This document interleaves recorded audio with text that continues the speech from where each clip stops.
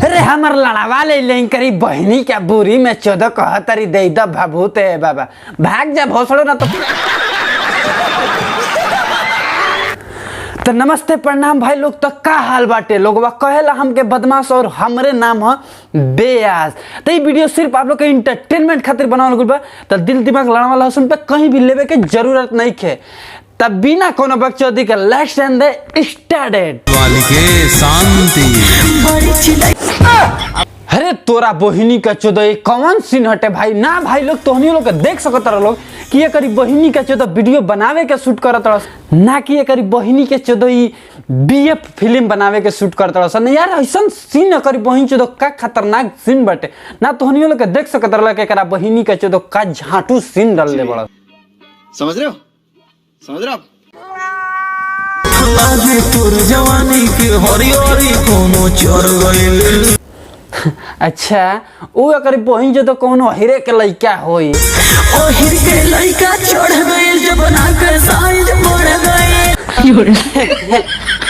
ए भौजी हम तो मजाक कइनी हो आ तू मरदे हीरे के नाम ले ले हो भाग तोरा बहिनी का।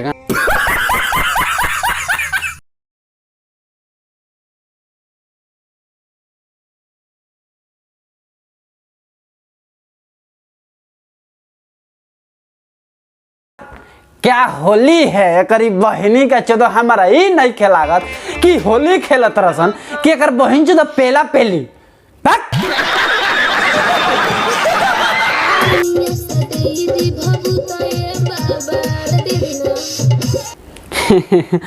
अरे तोरी बहिनी का चोदो एक मिनट ई गाना कौन लिख ले सिकंदर बाबा सिकंदर सलोना जी कह दिए करी बहिनी का चोदो के भाग जा सारे ना तो पेला जन देखी जब सैया जी के सोन केला मन करे टन टन टन करे टन टन टन। देख रहे हैं इनका भी टन टन कर रहा है। आ देखी जब ये भी गाना मेरा आया है आप सब जरूर देख। अच्छा वो तारे है कहाँ बाबू तारी बहिनी का गाड़ी में कराची पे लो गाना गावत रू।